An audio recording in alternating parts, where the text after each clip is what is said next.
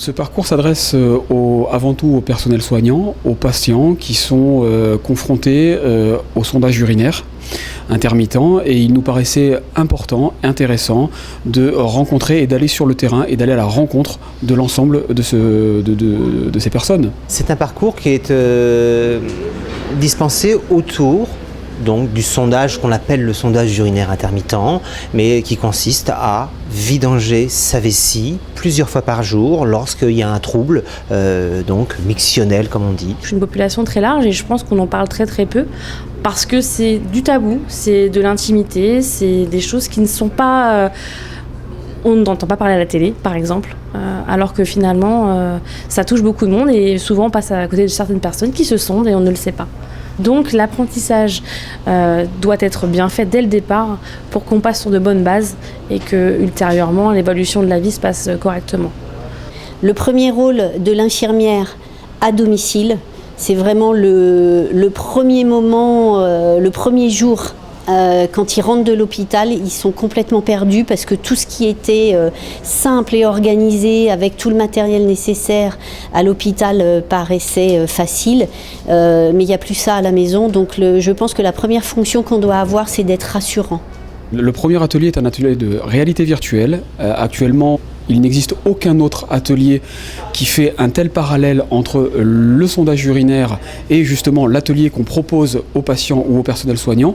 Ce que nous souhaitons faire passer comme message lors de cet atelier, c'est ce que la peur, l'angoisse que peut ressentir le patient lorsque pour la première fois on va lui dire voilà, vous allez devoir vous auto-sonder. Le fait de se mettre à la place du patient le temps d'une réalité virtuelle, on a vraiment l'impression qu'il y a une prise de conscience qui se fait et que l'infirmière se met à la place du patient pendant un moment donné. Le plus marquant pour ma part, ça va être la vidéo, la vidéo virtuelle. C'est assez fort. On ne se rend pas compte qu'une sonde peut créer ces sentiments aussi forts pour la personne. Alors j'avoue que là c'est la première fois que je testais la réalité virtuelle et c'est nettement plus intéressant qu'un cours écrit avec quelqu'un qui blablate pendant 1 heure. Il y a un atelier donc, qui présente une nouvelle technologie qui arrive sur le marché, complètement différente des standards que l'on peut trouver.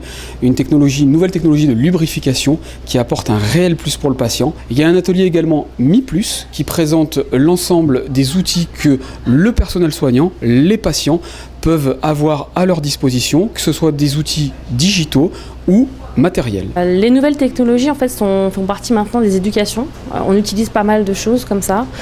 La réalité virtuelle, les tablettes, les vidéos, des choses qui apportent aux patients la connaissance et puis aussi l'impact qu'on peut avoir dans la vraie vie, ce qu'on ne pouvait pas avant par des simples livres.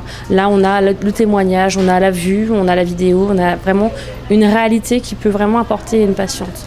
Le dernier atelier est articulé autour de, je dirais, des solutions éducationnelles. On a notamment un outil où on va pouvoir se créer une vidéo personnalisée en fonction de ce qu'on est, comment on se déplace, quelle est sa mobilité, quelle est sa dextérité, quel est son handicap, s'il y en a un. De fait d'une vidéo appropriée à un patient, va pouvoir vraiment cibler et en plus le patient pourra la revoir. Et ultérieurement, encore une fois, si besoin est, c'est encore une fois, moi je pense, une aide individualisée, plus individualisée et non pas globale, parce que chaque situation est vraiment différente.